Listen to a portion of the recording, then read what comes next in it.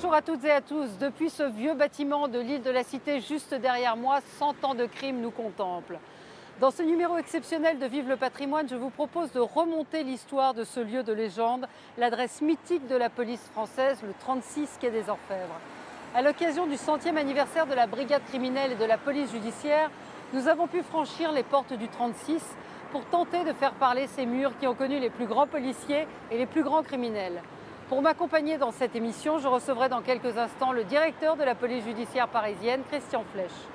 Mais sans plus attendre, je vous invite à plonger dans la mémoire de la police et du crime en compagnie de Jérôme Marcantetti. Au milieu du XVIIe siècle, Paris est une ville redoutablement dangereuse parce qu'elle n'est pas éclairée la nuit et parce que les forces de police ou ce qui en tient lieu ne sont pas du tout armées, organisées pour mener une enquête et pour trouver des coupables s'ils ne sont pas pris sur le fait. Il faut savoir aussi qu'il y a toute une pègre qui va du simple mendiant au voleur et à l'assassin, mais que cette pègre est organisée comme une véritable corporation. On parle de la cour des miracles, ça n'est pas un mythe.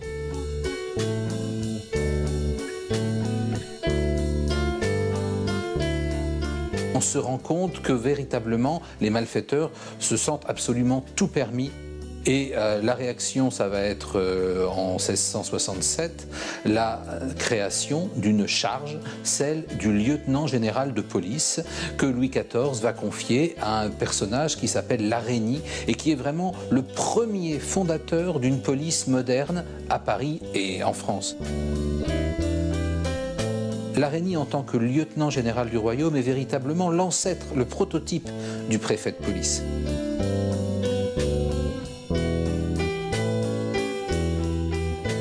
Larénie va se signaler par un certain nombre d'innovations. La première, ça va être le combat contre la nuit, c'est-à-dire l'éclairage des rues. À la fin de son règne, plus de 2700 lanternes auront été posées dans les rues de Paris et bien sûr, ça va être la destruction de la cour des miracles. En 1800, quand Napoléon crée la préfecture de police, faisant une sorte de petit ministère de l'Intérieur en quelque sorte, d'État dans l'État, compétent pour Paris et sa proche banlieue, que fait-il sinon restaurer sous un nouveau nom ce qu'était la lieutenant générale de police d'Ancien Régime. Et de nouveau, le préfet de police est chargé à la fois de la police politique, y compris les mœurs, la police criminelle, bien sûr, et puis la voirie, l'approvisionnement, le sanitaire, tout ce qui a trait à la vie de la cité et de ses habitants.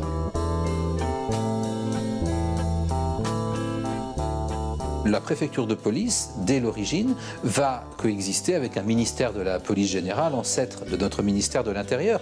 Et rien n'a changé. Nous avons toujours une préfecture de police qui, bien sûr, dépend du ministère, mais qui a une marge d'appréciation importante, si bien qu'elle a longtemps été qualifiée d'État dans l'État. Le préfet de police est un haut fonctionnaire qui dispose de pouvoirs particulièrement importants. Et c'est ce modèle qui perdure aujourd'hui. La police parisienne reste une exception. Certains disent même un État dans l'État. C'est en tout cas un modèle unique en Europe. Nous sommes donc au début du 19e siècle. La sûreté parisienne se trouve ici, rue de Jérusalem, une rue qui n'existe plus. En 1871, la Commune de Paris brûle tout. Et évidemment, la sûreté parisienne ne va pas échapper à sa vindicte. Il faut bien mettre la police quelque part. C'est chose faite dès 1871. À titre provisoire, la caserne du 36 quai des Orfèvres est affectée à la police parisienne. Elle est située sur un ancien marché de volailles. Les policiers vont donc gagner un surnom, celui de poulet. Et en 1888, le provisoire deviendra définitif. L'histoire du 36 quai des Orfèvres est en marche.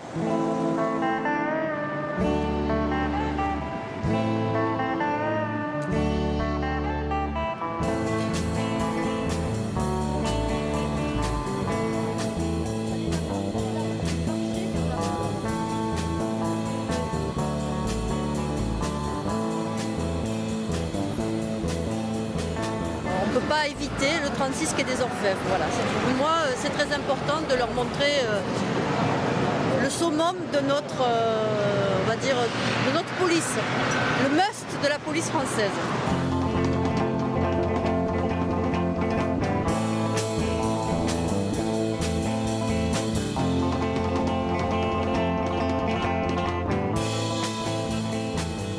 Le 36 a toujours été une adresse à part dans la police française. Aucun endroit n'a cette aura. Même l'évêché à Marseille, qui pourtant est un lieu où il y a eu beaucoup de grands policiers, mais même l'évêché à Marseille n'a pas cette aura du 36. Parce que ce sont les plus belles affaires. Qu'une affaire qui se passe à Paris a forcément plus de caisses de résonance qu'une affaire qui se passe en province. Ce n'est pas faire du parisianisme, c'est un fait. Et qu'on est au cœur du système.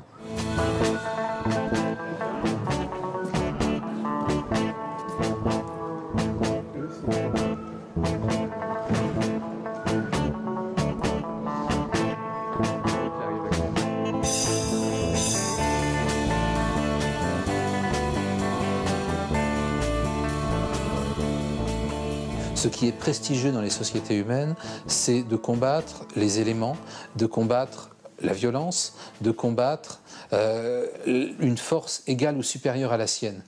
Et finalement, être aux prises avec les plus grands malfaiteurs, qu'est-ce qu'il y a de plus dangereux, qu'est-ce qu'il y a de plus prestigieux ?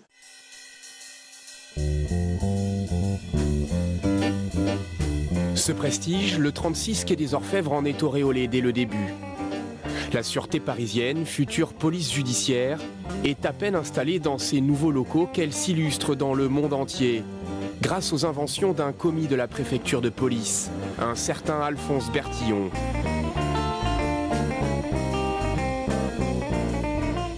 Bertillon invente un système qui s'appelle l'anthropométrie judiciaire.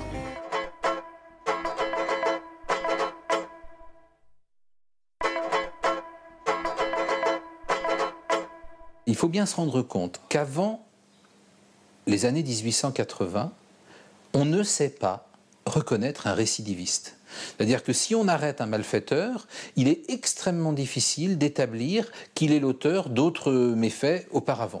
Donc pour identifier le criminel, Bertillon invente l'identité judiciaire. On va mettre les gens en fiche. Donc on va faire les mêmes photos, même angle, face, profil, les mensurations. Mensuration du squelette, mensuration taille, poids, etc. Et les habitudes. Petit à petit, on va noter sur la fiche. Habite chez telle personne, a fait tel truc, etc., etc. Bref, on va mettre en fiche les criminels. Il va ensuite décomposer le visage en différents types de nez, types d'iris, types d'oreilles. Donc ça permet également de retrouver des récidivistes. La photographie va également permettre de fixer la scène de crime. Et là encore, c'est la science qui s'invite dans le monde de l'enquête en disant voilà, il faut une fois pour toutes bien repérer, mesurer, photographier, car le moindre détail, peut-être dans plusieurs mois, peut-être dans plusieurs années, aura une importance capitale pour confondre un suspect.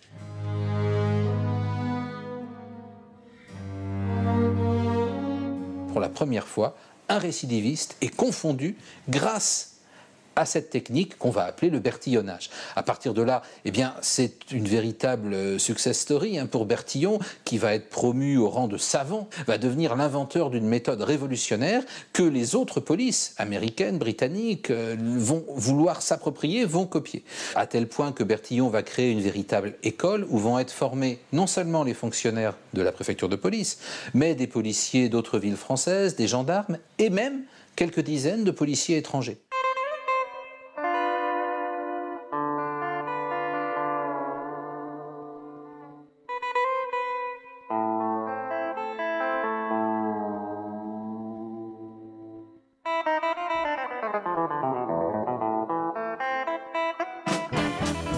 En cette fin du 19e siècle, la police parisienne a beau posséder les meilleurs limiers du monde, elle n'en demeure pas moins débordée par la criminalité.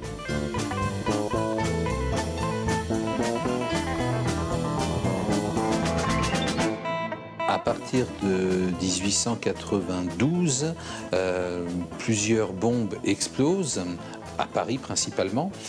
D'abord, c'est l'œuvre d'un certain Ravachol, Königstein, dit Ravachol, qui veut venger des compagnons anarchistes condamnés lourdement par la justice et qui va dynamiter les immeubles de 2 magistrats. Et puis l'épidémie va s'étendre, on va parler de terreur verte, du nom d'un des produits qui sert à fabriquer ces bombes. en décembre 1893, l'Auguste Vaillant lance une bombe artisanale dans l'hémicycle de la Chambre des députés. Depuis 6 mois, le préfet Lépine est en place et la vague anarchiste se mourra l'année suivante.